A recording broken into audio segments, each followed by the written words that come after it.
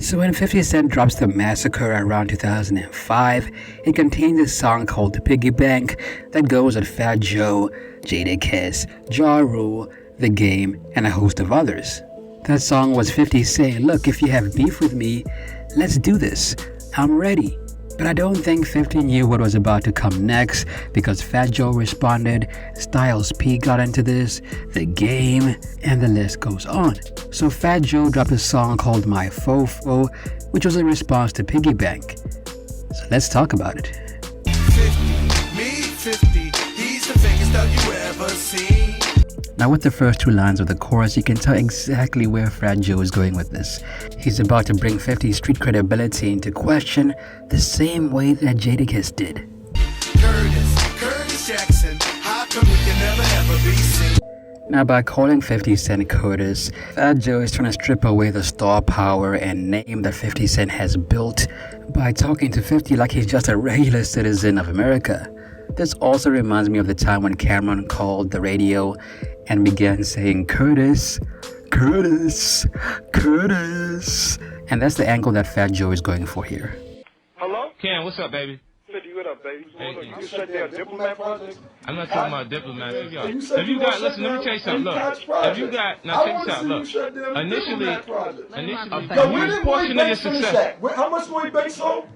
Well, Lloyd Banks is at 300,000. And he's on the major, and Jim is at 300,000. Right. And that's great for Jimmy, but Jimmy is not, listen up, that's great for Jimmy. Mob Deep sell this year. You're not going to be, you're All going right, to all right, cause a whole Curtis. different All right, situation. Watch this. Curtis, how much did the mob Let's sell not make this it a year? different situation.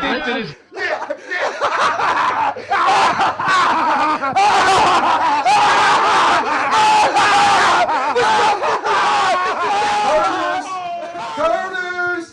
Curtis! I'ma give you my fofo. Here Fat Joe is saying that, look, when I get my hands on you, I'm gonna give you my fofo, which is a weapon. My fofo. My fofo. You can tell that Fat Joe is trying to be catchy with it, hopefully thinking that the fans are gonna sing along to this part. Yeah, 50 you.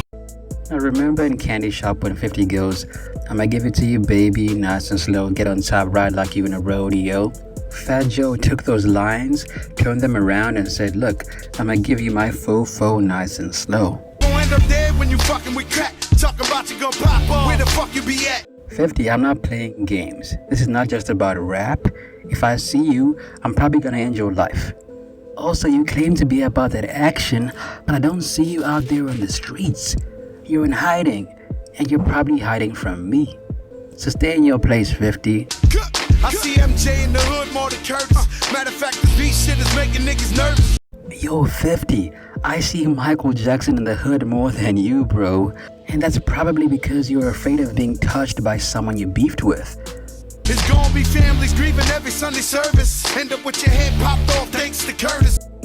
Here Fat Joe is saying, look, if you beef with me, I'm coming at everybody you know. So there's going to be a funeral service every single week for everybody you know and love. But he don't care. He stay locked up in the house and shit. Steroid up and he won't come up out that pit.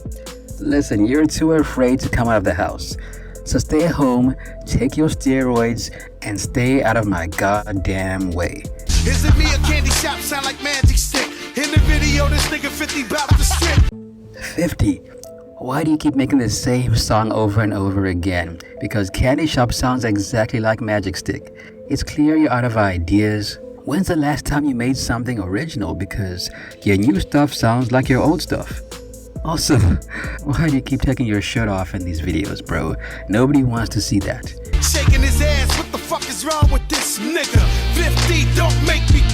Now this line reminds me of that Kendrick line that goes, when I see you stand by sexy red, I believe you see two bad bitches, right? Fat Joe is taking away 50's masculinity and saying, you're basically a woman dancing on stage. Oh yeah, you got 65 niggas on your team, and they're not from Southside Jamaica, Queen. Now without even seeing the next two lines, I can tell where Fat Joe is going with this. He's about to say that 50, you don't even roll with people from your own hood. Instead, you roll with the cops. They're the boys in blue. I'm just speaking the truth. Now we all see the bitch in you. Follow me. Now since you need police protection from us, You're a 50, plain and simple. Because if you were a real gangster, you would not need the police and you would handle things one-on-one. 50, me 50. He's the biggest thug you ever see. Okay, here we're back to the chorus. Police niggas, dirty fuck with the dog. You can never ever be seen. Once I got you, I'ma give you my fofo. Shit on your niggas. My fofo. Fuck my fofo. I'ma give it to you, baby. Nice and slow. Now let's take it back to the Vibe Awards, where that nigga disrespected and snuffed your boss. Now here Fat Joe is talking about the 2004 Vibe Awards, where some random guy walked up to Dr. Dre and punched him. In response, Young Buck retaliated, stabbing the man and catching a criminal case. Minute ago, all I heard was G, you net. 50 niggas ran and they didn't even do shit. Now this is the same thing that Jadakiss spoke about in his diss towards 50. He was like, 50, we saw you at the Vibe Awards. Someone hit Dr. Dre and you guys did nothing about it. Where were you when your boss was getting attacked? Probably hiding with the police. That's a shame. I was sitting right in the front, waiting for your niggas to dump. Like I thought you were actually about to do something, 50, but clearly you're a coward.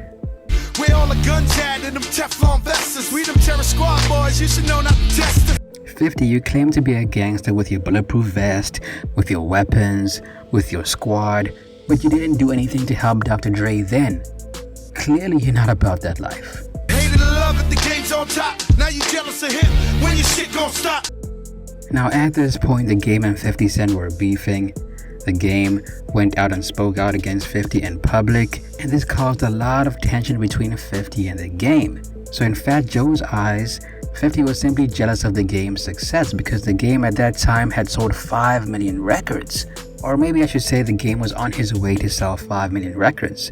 And at the time it seemed like 50 wanted to be the general. He wanted to be in charge of Lloyd Banks, Young Buck, and the Game. So Fat Joe is essentially saying, 50, you're jealous of the Game. But now that we have all this information that came out years later, we found out that the Game began this whole beef out of nowhere because he wanted to create the whole Biggie versus Pac dynamic. You CB4, you's a bitch nigga straight out of low cash. LA don't believe him, this nigga is so ass. So around 1993, Chris Rock was in a movie called CB4. Now in the movie, Chris Rock was playing a gangster rapper. He was rocking the Jerry curl, and he was essentially trying to be the Eazy-E of that movie. Now the whole movie is a parody of gangster rap and the rap group NWA. Low Cash is a fictional town in the movie, so with these lines, Fat Joe is saying you're fake, and you're a parody of what a real gangster rapper is supposed to be. This lean back, said my shit was a dud. Now tell me, have you ever seen him up in the club? Now in the song Piggy Bank by 50 Cent, he openly says that Fat Joe's lean back was a dud, meaning that Fat Joe cannot make a hit to save his life. So Fat Joe flips that and says, okay 50, you claim to be a gangster, but you're not out here in these streets. You're not in the club. You're at home in Connecticut taking steroids. No, shorty, that's right. You're singing more than you're rapping. Now 50, that ain't right. Now remember how 50 used to mock Ja Rule for singing on songs? He would say that Ja is making soft music that people in the streets would not respect. Then, when 50 got Ja Rule out of here, 50 began doing the same thing that Ja Rule was doing. He started singing over his songs, making songs like Candy Shop and Amusement Park.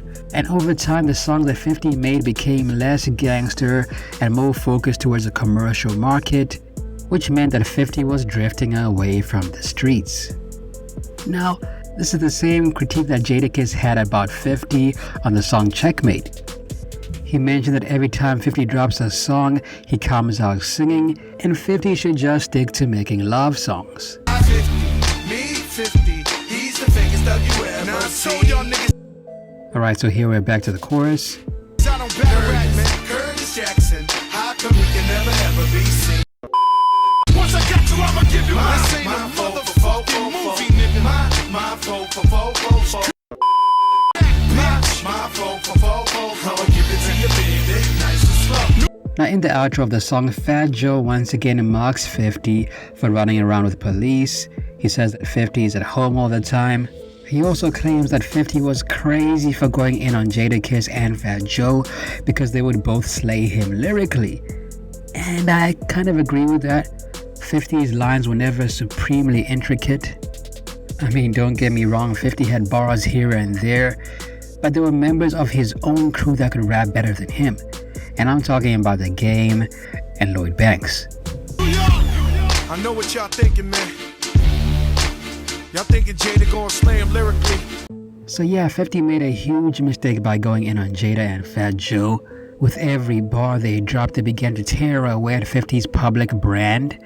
And the crazy thing is, it began to work. Even 50 to this day says he regrets going in on Fat Joe and Jadakiss because they did a lot of damage to the public perception of him. This nigga crazy for this Fat Joe, man. He really crazy though. Around with 20 cops talking shit on records, never coming out his house. Fat Joe also says that he's done responding to 50. He's gonna drop this one song, then disappear into the sunset. And this implies that Fat Joe was done with the talking and diss tracks and was solely about the action. Feel like he can't get touched, man. I respond one time only. Ain't gonna be no more songs for me, man. So yeah, what do you guys think of the diss track? Was it detrimental to 50's career? Let me know down below. New video coming soon. Also add me on Instagram at Ali Talks Music. Till next time, peace.